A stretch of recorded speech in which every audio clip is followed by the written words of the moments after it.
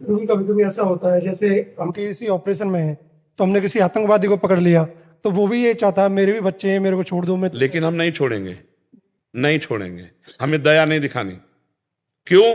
क्योंकि अगर वो छोड़ा गया तो लाखों बच्चों को मार देगा, लाखों परिवारों को नष्ट कर देगा। उसका उद्देश्य सही नहीं है। इसलिए उसको अगर बंधन में युक्त होकर के डाला जाए या मृत्यु दंड दिया जाए तो उचित ही है, क्योंकि उसका भी जीवन ज्यादा पाप नहीं कर पाएगा और वो बहुतों के जीवन को नष्ट नहीं कर पाएगा। इसलिए ऐसे आताताई को हमारा शास्त्र कहता है मार देना ही उत्तम है।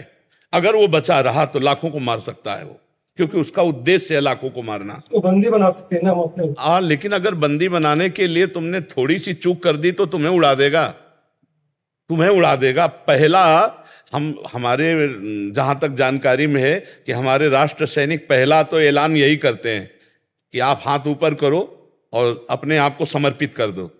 फिर अगर वो गोली चला दी तो फिर उसके इंतजार करने की जरूरत नहीं है। उसको जो हमारे राष्ट्रीय सुरक्षा यंत्र है उनके द्वारा फिर उसकी मृत्यु ही सेवा है। उसमें दया नहीं रखनी चाहिए, शत्रु पर दया नहीं रखनी चाहिए। जैसे भगवान के स्वरूप होते हैं गुरु, लेकिन द्रोणाचार्य जी विपक्ष में हैं, तो युधिष्ठिर से बुलवाया अश्वत्थामा हाथो, मारा गया अश्वत्थामा, मार दिया हाथी। बोले तुम बोलो अश्वत्थामा हाथो। अब वो जो ही उद्विग्न हुए, एक तो अश्वत्थामा का प्रेम कि अश्वत्थामा मारा गया, भाई इतने में दौड़ के धृष्टद्युम्न ने जाके गला उड़ा दिया। जब विपक्ष है सामने तो खेल है, प्रभु दुश्मन के रूप में आए हो, हम तुम्हें चांस नहीं देंगे। अगर हमारी एक बात पर तुम सरेंडर हो जाते हो तब तो कोशिश करेंगे, सब फेंक दो अस्त्र शस्त्र, ऊपर के कपड़े उतार करके, बिल्कुल हमको पता चलना चाहिए कि आप शरणागत हो। और अगर जरा भी चूक की तो खोपड़ी उड़ जाएगी, और यही आपके लिए उचित है।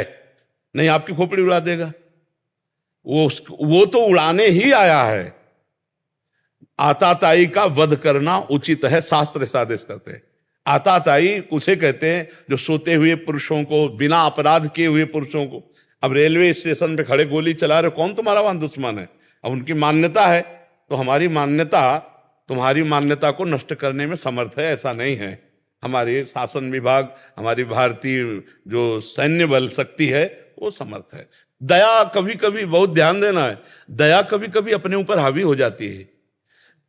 कई राजाओं ने, जब शत्रु पक्ष के राजाओं ने घुटने टेक दिए तो उनको छोड़ दिया, और जे भी छोड़ा तो ऐसे सैन्य बल से आंखें निकलवा ली, गले काट दिए, बंदी बनाकर। वो दुर्दशा की उन्हीं की जिन्होंने क्षमा कर दिया था, जिन्होंने। तो शत्रु पक्ष को या तो बंदी बना करके रखा जाए अगर अवसर मिले, नहीं तो फिर उनकी मृत्यु से पवित्रता हो जाएगी, मृत्यु दंड से पवित्रता हो जाएगी। जैसे अपने भी देश में है, अब भारी अपराध, अक्षम्य अपराध किया तो फांसी की सजा दी जाती कि नहीं? हाँ, तो फिर क्यों दी जाती है? जज वो इसीलिए देता है। अभी किसी अपराधी से वो ऐसा अपराध बन गया कि 5 और 6 वर्ष की बच्ची से गलत करके ऊपर छत से फेंक दिया, मार दिया। और जब जज के सामने गया तो उन्होंने कहा, अनुज बधू भगनी सुत नारी, 67 ये कन्या समचारी, इन्हीं कुदृष्ट बिलोके जोई, ताई बधे कुछ पाप न होई, इसको फांसी की सजा दो। और उसे पूछा कि उचित है ना? तो उसने कहा जी। तो कहा हाँ, ये चौपाई गा करके, अनुज बधू भगनी सुत नारी, 67 ये कन्या समचारी, इन्हीं कुदृष्टि बिलोके जोई, ताय बधे कुछ पाप, फांसी की सजा दे दी। तो थोड़ा विधान करना है। हमें दयालु भाव, हम सब पे भगवत भाव रखते हैं, लेकिन हे भगवान, यदि आप आतंक रूप धारण करके आओगे, आप अपराधी रूप धारण करके आओगे, तो दंड विधान रूपी पूजा आपकी हम करेंगे। आप सौम्य रूप रख के आओगे तो हाथ जोड़ लेंगे। अलग अलग विधान रखा गया है। नहीं तो देखो, भगवान सर्व सामर्थ्यशाली होते हुए एक हाथ में लीला कमल है तो दूसरे में सुदर्शन चक्र है। तापस वेश विशेष उदासी, 14 वर्ष राम बनवासी, शरीर के वस्त्र बदल दिए, पादुका नहीं पहनी, लेकिन सारंग धनुष और अक्षय तूड़ीर साथ ही रखा है। क्योंकि कुछ कृपा से मानेंगे, प्यार से, तो कुछ वार से मानेंगे। नहीं, अब जरूरी है, शस्त्र और शास्त्र दोनों के द्वारा समाज को कंट्रोल में रखा जाता है। शास्त्र के ज्ञान के द्वारा, और जो शास्त्र ज्ञान की मर्यादा का उल्लंघन करे उसे शस्त्र के द्वारा। देखो भगवान परशुराम जी तपस्या कर रहे हैं, लेकिन फरसा पासे में गड़ा रहता है, हाथे में फरसा रहता है। तो ये हमारे संस्कृति है। भगवान अगर हमारे प्रकट होते हैं, अगर वो मुरली मरोवर है तो सुदर्शन चक्रधारी भी है, आप ये भी ध्यान रखो। तो ऐसे ही आप एक भक्त भी हो तो आप एक राष्ट्र सैनिक हो। जरूरत पड़ने पर हमारा गला उतर जाए तो कोई बात नहीं, और जरूरत पड़ने पर हम सामने वाले शत्रु का गला उतारे तो हमें कोई फर्क नहीं पड़ेगा। ये हिम्मत बिल्कुल रखनी है, हृदय द्रवित नहीं कर देना कि इसके बीवी बच्चे हैं, इसके परिवार है। नहीं, इतना सोचने में तो तुम्हारी खोपड़ी तक, उसकी खोपड़ी का हिसाब पहुंच जाएगा। वो नहीं सोचेगा कि ये राष्ट्र सेवा में, तुम तो राष्ट्र सेवा में हो। वो हमारे देश में घुस रहा है विनाश करने के लिए। अब हमें नहीं सोचना। उसने नहीं सोचा कि मैं जो कार्य करने जा रहा हूं मेरे परिवार का क्या होगा, मेरा क्या होगा।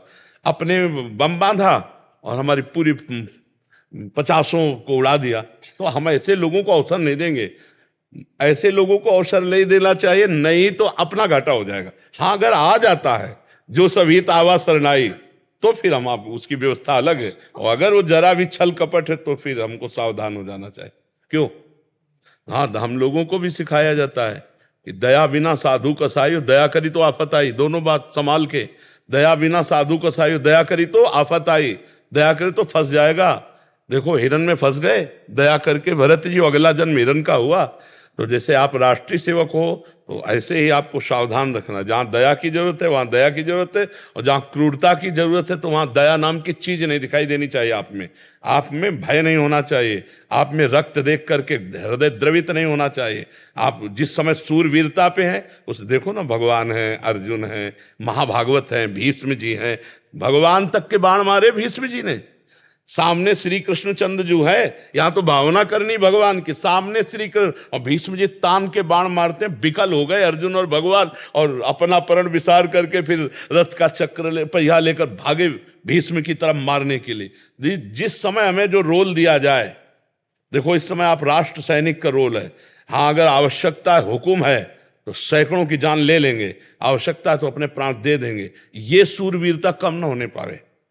साधु संग, सत्संग, भगवत भावना, ये हमारा एक क्षेत्र है, और राष्ट्र प्रेम एक क्षेत्र है। राष्ट्र प्रेम की जगह फिर ये दया है, ये हम सह सकते हैं, ये हम सह सकते हैं। हमें जूते से कोई मार रहा, थप्पड़ से मार रहा है तो हम ठाकुर को याद करेंगे और समझेंगे कि आपका विधान, लेकिन आपका नहीं। आप कोई साधु वेश में नहीं हो। इसमें बिल्कुल दयालय चाहिए, बिल्कुल हृदय पक्का। यही भक्ति है, इसी को समझना है। यही पक्की भक्ति है। ये नहीं कह रहे हिंसा कैसे, भगवान करवा रहे हैं ना, मार अर्जुन। अर्जुन कह रहे सन्यास लेंगे और भिक्षा का अन्न पाएंगे लेकिन युद्ध नहीं करेंगे, और भगवान कह रहे नहीं, इस समय तुम्हें प्राप्त धर्म युद्ध, तो इस समय तुम्हें गर्दन काटनी। बोले किनकी काटे? जिन्होंने अंगुली पकड़ के चलाना सिखाया, भीष्म जी, द्रोणाचार्य जी, उन्हीं की कटवाई। सर सैया पर अर्जुन ने ही भीष्म जी को गिराया है, और भीष्म जी अंगुली पकड़ के चलाना सिखाए थे अर्जुन। जब हमारा पक्ष और विपक्ष, धर्म और अधर्म की बात आवे, फिर हमारे अंदर दया नहीं, फिर उस समय नहीं। समझ पा रहे आप जी?